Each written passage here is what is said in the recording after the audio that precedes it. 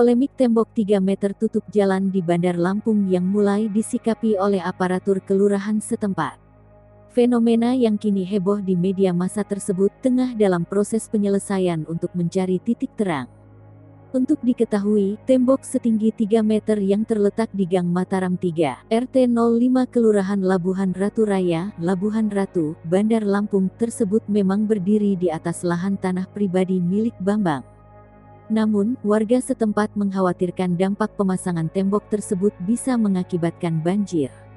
Saat dikonfirmasi, Bambang pemilik tanah tersebut membenarkan ihwal tersebut. Bambang mengaku pihaknya telah berkoordinasi dan menyerahkan hal tersebut kepada pemerintah yang dalam hal ini aparatur Kelurahan Labuhan Ratu Raya.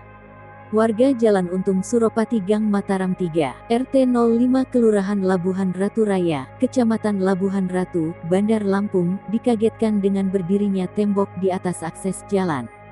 Padahal, jalan tersebut selama ini menjadi akses jalan warga berlalu lalang. Teresia, warga setempat, mengaku tak menyangka ada pagar di jalan tersebut. Dia pun khawatir pemagaran tersebut bisa menimbulkan banjir.